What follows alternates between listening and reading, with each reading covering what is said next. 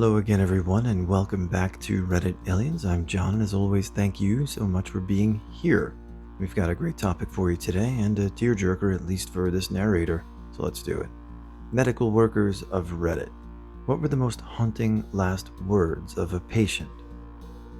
Please remember to like, share, and subscribe. My uncle was born with Down syndrome. He was 42 when he died, but had the mind of a 3-ish-year-old. He could do things like brush his teeth, dress himself, etc., but needed prompting and supervision. My grandma, his mother, died in 1974. My uncle died in 1984. The night before he died, he told us all that Mama came to see me last night. My dad asked him if he had a dream about Grandma. He said no. She sat on my bed with me and told me she was coming to get me soon and take me home with her, and not to be scared because it was all okay. We dismissed it. 24 hours later, he was dead. He died peacefully in his sleep. I was about 5 or 6 when my grandfather was on his deathbed. The last thing he did was put his hand on my shoulder and said, "No wonder you never liked my spicy food," and then he passed about 10 seconds later. We were all super confused. About 3 months later, I almost died from suffocation after eating some salsa. At the hospital, I was diagnosed with a capsaicin allergy, spicy food. To this day, it still creeps me out. No one knew I was allergic before then, and I didn't show any signs either.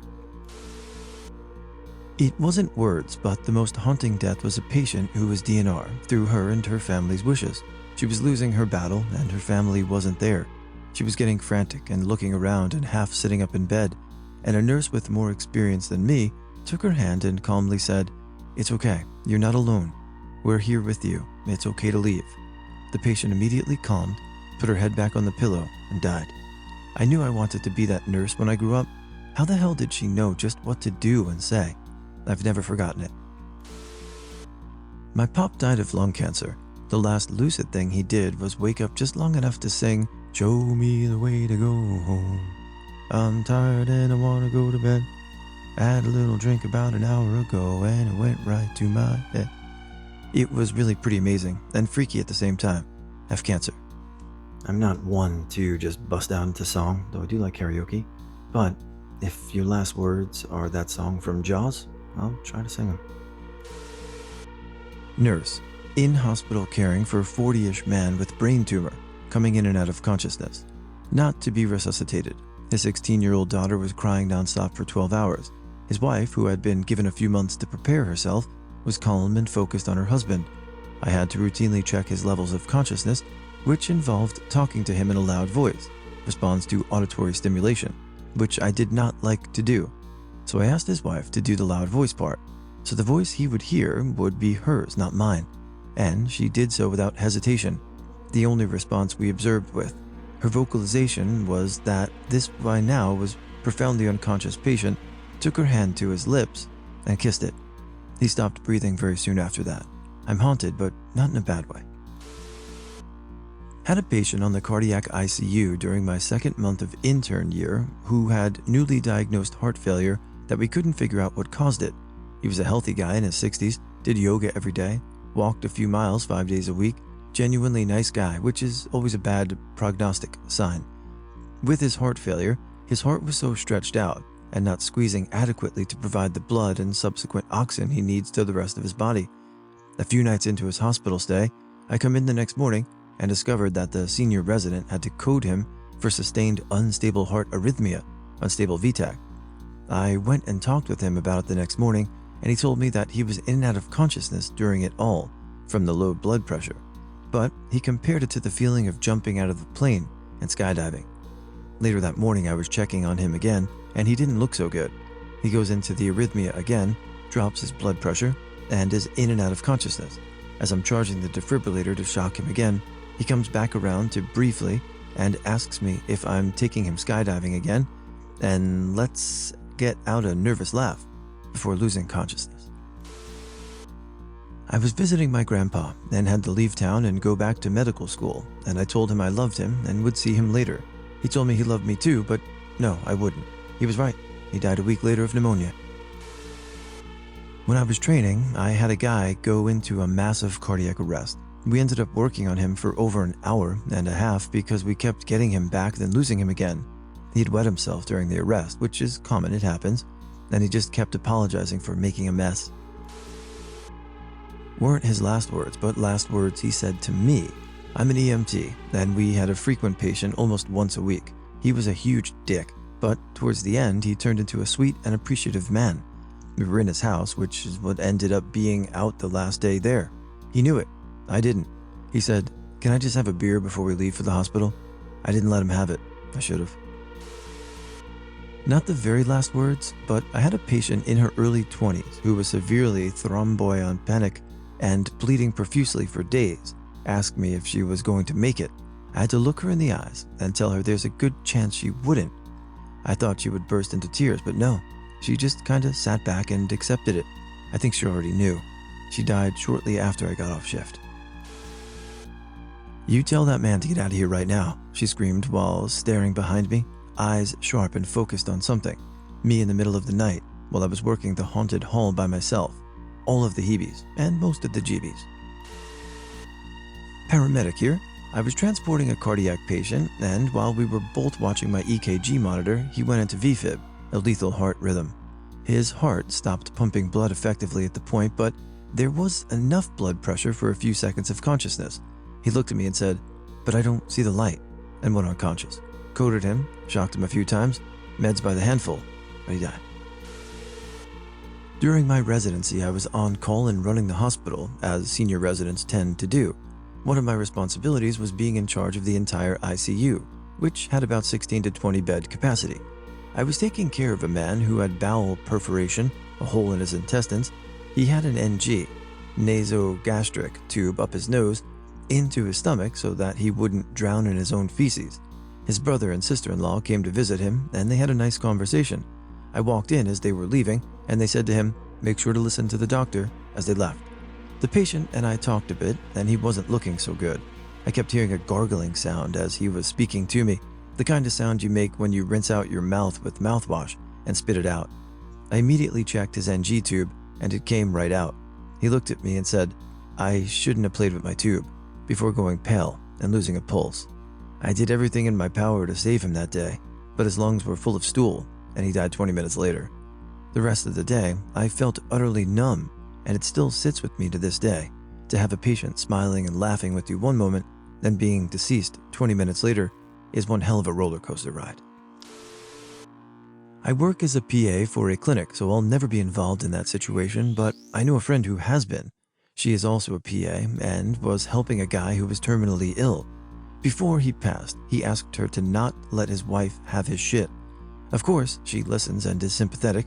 A day or so after he passed, his ex-wife apparently showed up to the hospital with several kids saying she is this guy's will. Long story short, she was trying to take a shit. My husband is a PICU nurse, and one morning he came home in a bit of a daze. I asked him what was wrong, and he told me about a little boy who had been in the PICU for a few days already and wasn't getting better.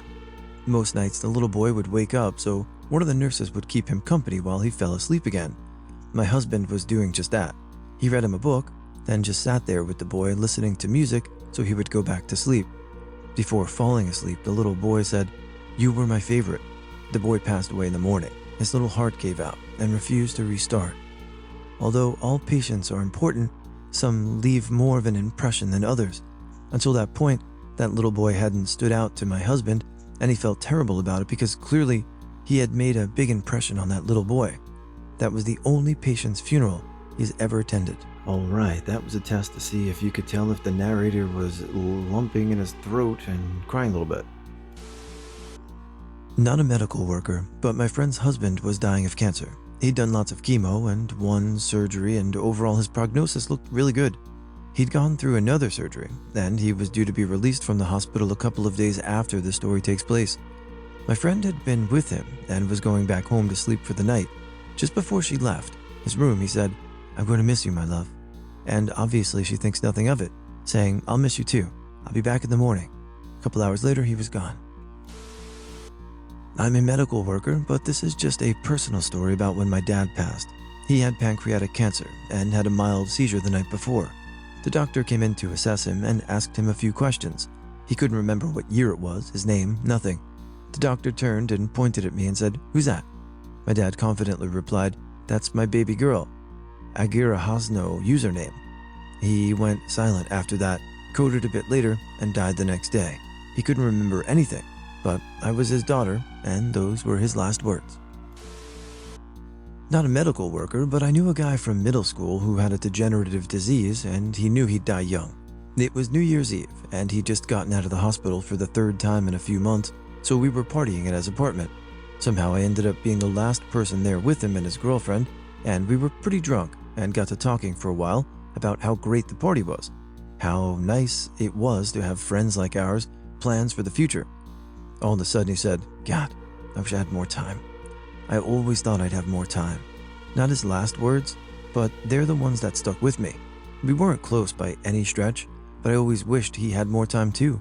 He was so friendly and kind, the type of person who made you feel like the closest friend, even if you were a total stranger.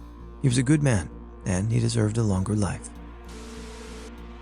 RN here, we had a patient on our unit for a year almost. He was so mean, thought we were always hurting him when we tried caring for him. Every interaction was very unpleasant. Well, I just had a bad breakup and was the world is ending depressed. The day he died, he was calm and asked me if I was married, which at the time made me kind of sad. So I just answered, "No, I'm not." And he just said, "You'll find someone, and I know you aren't trying to hurt me." It was so concise, to the point, and memorable for me. Honestly, it was the sweetest thing he could have ever said to me, and given the scenario, I would say it was the sweetest thing anyone has said. On his deathbed, no formalities, just telling me what he had always wanted to talk to me about. I cried when I left his room, and he passed away right at 7 p.m. when my shift ended, so I got to be with him. Had a patient that kept coding, but every time they came back, they'd get crazy strong, fight everyone, and then start saying the Lord's Prayer. They'd trail off and code again. Another one snatched me by the arm and pleaded that they wanted to see their baby grow up. 60 seconds later, I was pumping away on their chest. In my line of work, I hear a lot of last words. These two, though, surprisingly, weren't the final last words. I just thought they were at the time, and it was perfectly rational thought. Of the last words, my favorite were always the, "I want you to go away and leave me alone. I'm going to sleep. Goodbye." Family members didn't pick up on that one, but that patient and his eyes said it all. I hesitate to post this, but here I go. Years ago, I had a patient who had dementia, but was also aphasic due to a CVA. She was a DNR.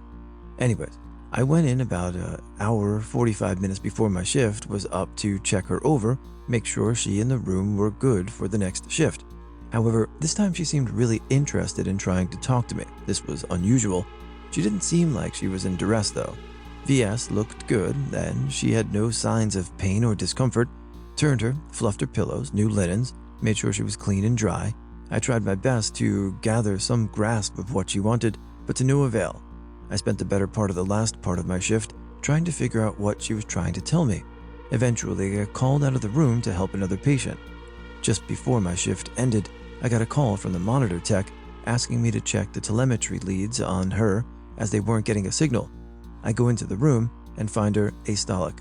She had died in the 10 or 15 minutes from when I'd left the room. She had no family to speak of.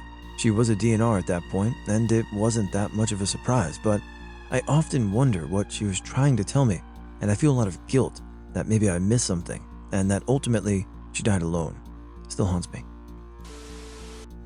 Not my patient, but a friend of mine. He had a patient with an AAA, abdominal aortic aneurysm. Your aorta is bulging and throbbing about ready to pop. The pain is very severe and agonizing, and if it does rupture, the pain immediately goes away and feels so good, but your chances of survival are pretty much non-existent, even if you are prepped on the operating table when it ruptures. Anyways, he had a 15-year-old with one, and on the way to the hospital, she looks at him and just says, "Oh, that feels so much better," and died about 10 seconds later. I'm an emergency nurse, and there's one thing that always gets me when the patients die. Not what they say, but what their husband, wife, parents say when they've gone. I've had it a few times, but the most memorable was a man in his 70s whose wife had just passed away. He was holding her hand and crying, and he just looked up at me and said, "I've loved her for 55 years. She's my whole life. What do I do without her?" Breaks me every time. And this one also hit me like a truck. The idea of loving someone for basically the whole of your life and then the next morning, what? RN here. I don't remember this guy's admitting diagnosis. He wasn't assigned to me, but my coworker asked me to help start an IV on him. He needed a unit of blood and his peripheral access had gone bad. I placed the tourniquet and was ready to stick. Then he looked at me and said, "I'm dying."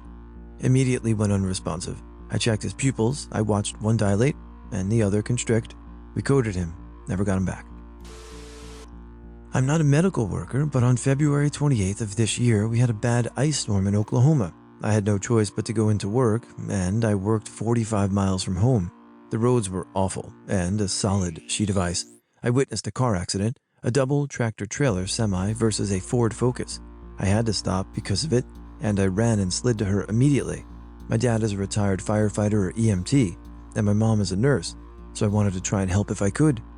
When I got to her, she was hanging out of the driver's side window, and the back of her head on one side was missing. When I went to feel for a pulse on her wrist, she grabbed me, even though she was unconscious.